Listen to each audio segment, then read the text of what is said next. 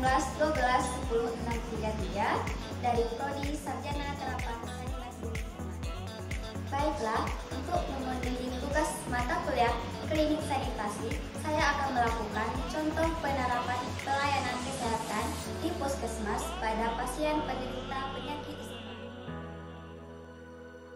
Pelayanan kesehatan lingkungan. Pelayanan kesehatan lingkungan adalah kegiatan yang ditujukan untuk mewujudkan kualitas lingkungan yang sehat, baik itu dari aspek fisik, kimia, biologi, maupun sosial, guna mencegah penyakit dan gangguan kesehatan yang diakibatkan oleh faktor risiko lingkungan. Kegiatan pelayanan kesehatan lingkungan dilakukan dalam 3 bentuk. Yang pertama yaitu konseling, kedua inspeksi kesehatan lingkungan, dan ketiga intervensi kesehatan lingkungan. Konseling. Konseling adalah hubungan komunikasi antara tenaga kesehatan lingkungan dengan pasien yang bertujuan untuk mengenali dan memecahkan masalah kesehatan lingkungan yang dihadapi. Ada 6 langkah dalam melaksanakan konseling yang disingkat dengan 1 tuju. Sa, salam dan sambut. T, tanyakan. U, uraikan.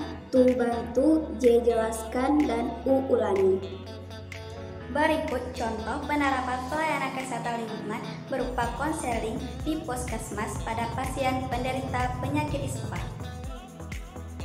Sebelum dimulai, berikut ini adalah formulir konseling yang saya gunakan.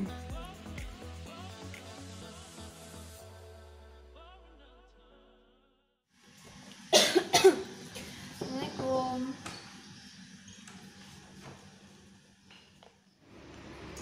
Waalaikumsalam. Silakan duduk, Kak. Selamat datang di pelayanan kesehatan puskesmas ini, Kak. Sebelumnya, perkenalkan nama saya Rima Eka Putri sebagai tenaga kesehatan lingkungan atau sanitarian di puskesmas ini, Kak. Sebelumnya, terima kasih telah berkunjung, Kak. Baiklah, sebelumnya kami akan mengisi data umum Kakak mengenai biodata. Pertama, ada nama lengkap. Nama lengkap Kakak siapa? Umur 20 tahun. 20 tahun. Pekerjaan? Mahasiswa. Alamat Kakak sekarang? Di Air Pacar.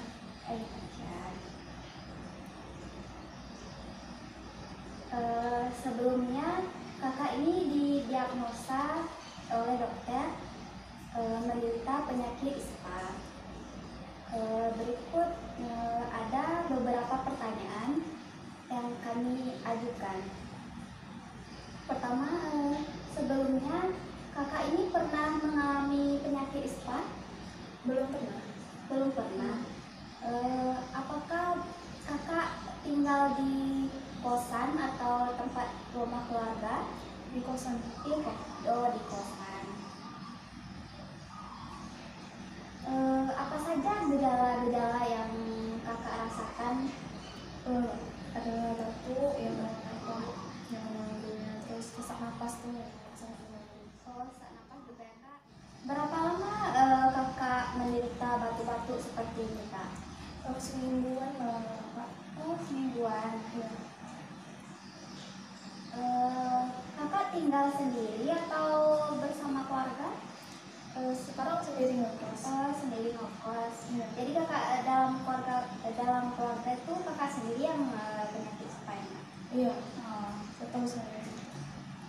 Apa Kakak di kosan itu merasa pengap di dalamnya, terutama pada siang hari, Kak? Pengap, panas, gerah? Iya, gerah. Kalau di kos tuh sangat gerah tuh, Kak. Kakak tuh sering buka nggak jendelanya pada siang hari atau pagi hari? Jarang sih, Kak. Jarang buka. Jarang. Kakak jarang di rumah ya kalau di kosan itu? Ya lumayan.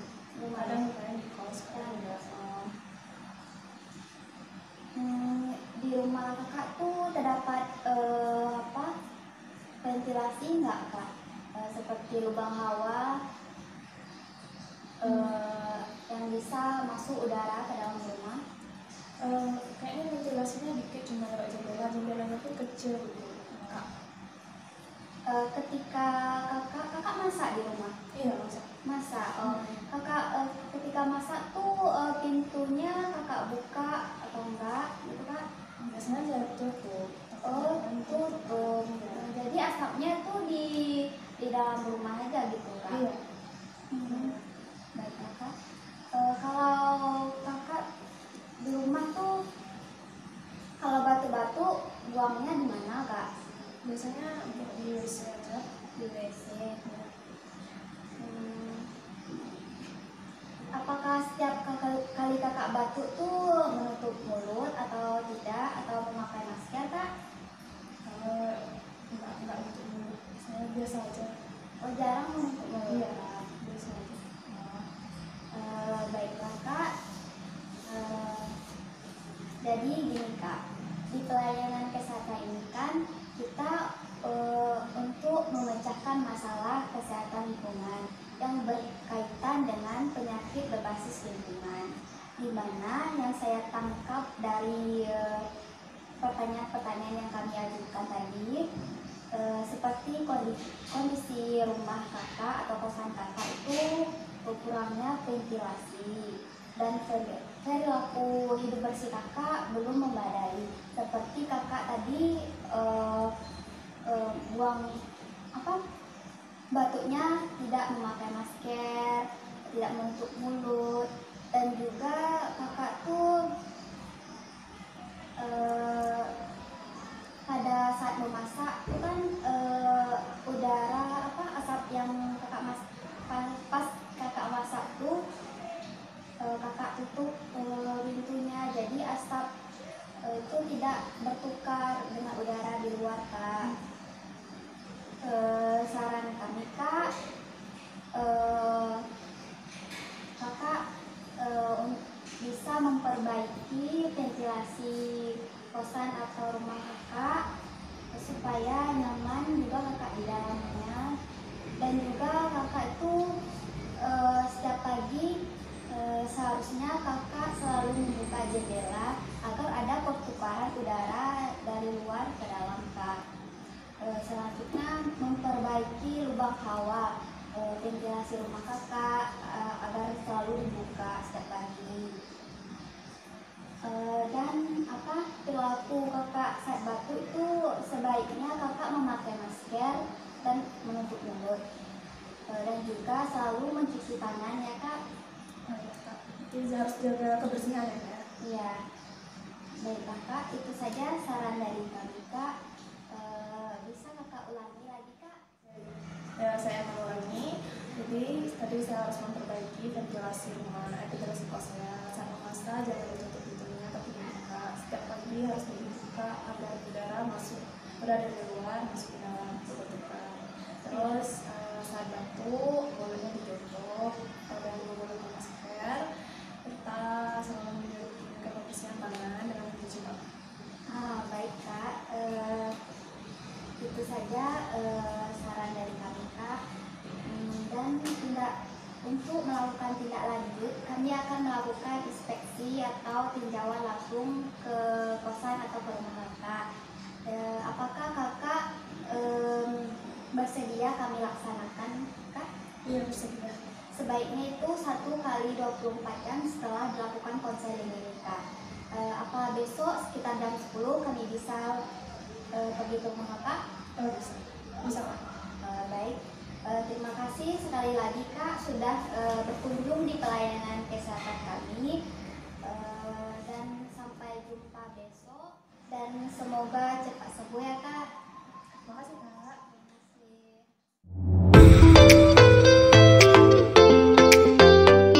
Setelah dilakukan konseling, kegiatan selanjutnya adalah inspeksi kesehatan lingkungan. Inspeksi kesehatan lingkungan adalah kegiatan pemeriksaan dan pengamatan secara langsung terhadap media lingkungan dalam rangka pengawasan berdasarkan standar, norma, dan baku mutu yang berlaku untuk meningkatkan kualitas lingkungan yang sehat. kesehatan lingkungan dilakukan dengan cara 1. Pengamatan fisik media lingkungan, 2. Pengukuran media lingkungan di tempat, 3. Uji laboratorium, dan keempat, analisis risiko kesehatan lingkungan. Berikut contoh penerapan inspeksi kesehatan lingkungan.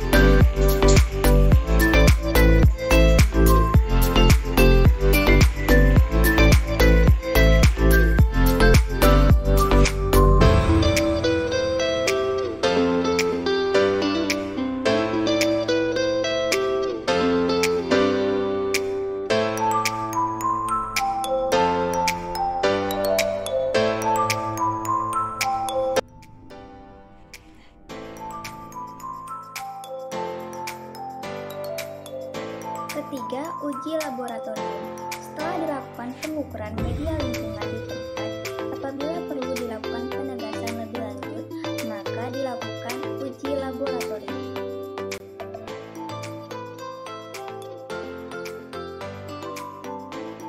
Keempat, analisis risiko kesehatan lingkungan. Analisis risiko kesehatan lingkungan dilakukan melalui 4 cara. Pertama, identifikasi bahaya. Kedua, evaluasi dosis respon. Ketiga, pengukuran pengajaran. Dan keempat, penetapan risiko. Hasil analisis risiko kesehatan lingkungan ditindaklanjuti dengan komunikasi risiko dan pengolahan risiko dalam rencana tindak lanjut berupa intervensi kesehatan lingkungan.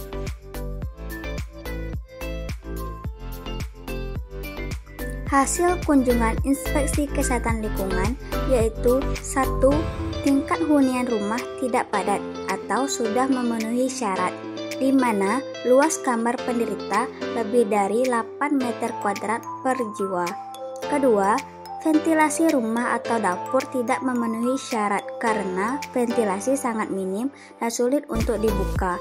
Ketiga, perilaku penderita kurang baik dalam hidup bersih dan sehat, di mana penderita sering batuk-batuk dalam keadaan tidak menutup mulut dan tidak memakai masker.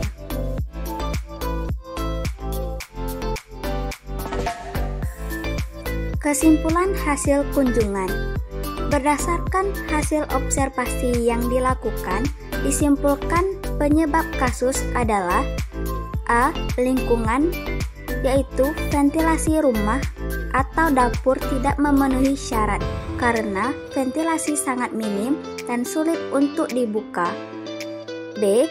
Perilaku, Perilaku penderita kurang baik dalam hidup bersih dan sehat, di mana penderita sering batuk-batuk dalam keadaan tidak menutup mulut dan tidak memakai masker.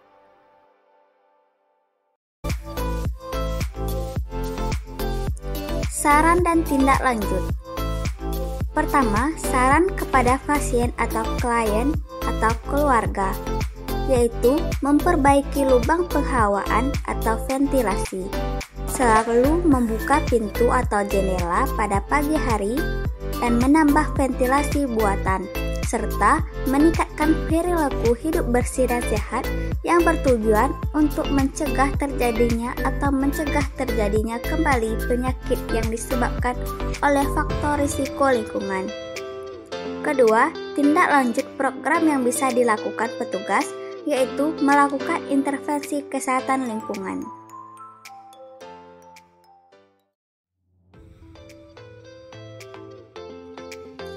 Setelah dilakukannya inspeksi kesehatan lingkungan, selanjutnya yaitu kegiatan intervensi kesehatan lingkungan. Intervensi kesehatan lingkungan adalah tindakan penyihatan, pengamanan, dan pengendalian untuk mewujudkan kualitas lingkungan yang sehat, baik itu dari aspek fisik, kimia, biologi, maupun sosial. Intervensi kesehatan lingkungan dapat berupa 1. Komunikasi, informasi, dan edukasi, serta penggerakan pemberdayaan masyarakat. Kedua, perbaikan dan pembangunan sarana. Ketiga, pengembangan teknologi tepat guna. Dan keempat, rekayasa lingkungan. Baiklah, berikut ini adalah contoh intervensi kesehatan lingkungan. Baiklah, pada kesempatan kali ini saya akan menjelaskan mengenai penyakit ISPA yang terdiri dari apa itu penyakit ISPA, tanda dan gejala penyakit ISPA, penyebab ISPA, jenis-jenis penyakit ISPA, cara pencegahan penyakit ISPA, dan cara pengobatan tradisional penyakit ISPA. Yang pertama, definisi penyakit ISPA. Penyakit ISPA adalah penyakit infeksi saluran pernapasan akut yang biasa disebut dengan batuk pilek. Berikutnya, tanda dan gejala penyakit ISPA. Yang pertama yaitu batuk pilek, kedua demam, ketiga nafas sesak atau tarikan dada, dan keempat nafas cepat. Selanjutnya, penyebab penyakit ISPA. Penyebab utama penyakit ISPA yaitu berasal dari virus influenza yang berasal dari debu atau asap. Kedua, tertular penderita batuk, imunisasi lengkap, dan keempat, kurangnya gizi. Kelima, tinggal di lingkungan yang kurang sehat. Selanjutnya yaitu jenis-jenis penyakit ISPA. Pertama, ISPA ringan yang terdiri dari gejala batuk pilek yang kadang disertai dengan demam. Kedua, ISPA sedang atau biasa disebut dengan pneumonia dengan gejala batuk pilek yang disertai nafas yang cepat. Ketiga yaitu ISPA berat atau pneumonia berat dengan gejala batuk pilek yang disertai dengan sesak napas. Berikutnya yaitu cara pencegahan penyakit ISPA. Yang pertama, berikan imunisasi lengkap. Kedua, berikan makanan yang bergizi setiap hari. Ketiga, jaga kebersihan rumah dan lingkungan sekitar. Dan keempat, kurangi polusi udara di dalam rumah atau di luar rumah. Dan kelima, jauhkan anak dari penderita batuk. Dan keenam, usahakan rumah dapat bergantian udara. Nah, selanjutnya yang terakhir yaitu pengobatan tradisional penyakit ISPA. Gimana sih cara pengobatan tradisional penyakit ISPA ini? Yaitu dengan jeruk nipis dibersihkan, lalu dipotong dan diperas. Kemudian campurkan 1 sendok teh air jeruk nipis dengan 1 sendok teh kecap atau madu dan kemudian diberikan kepada penderita penyakit ISPA.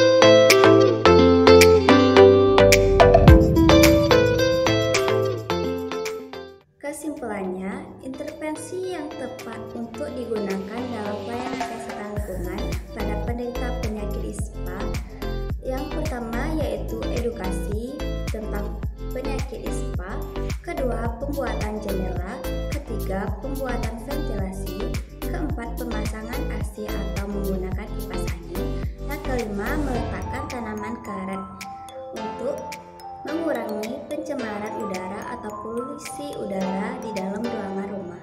Baiklah, itu saja 3 contoh penerapan pelayanan kesehatan lingkungan di Puskesmas pada penderita penyakit ISPA.